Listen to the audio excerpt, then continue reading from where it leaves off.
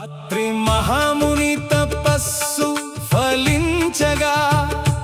అనసూయమ్మకు వరమై వెలసి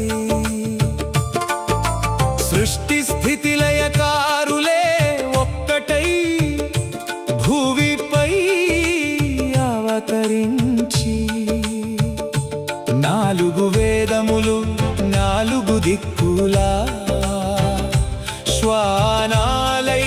సేవలు చే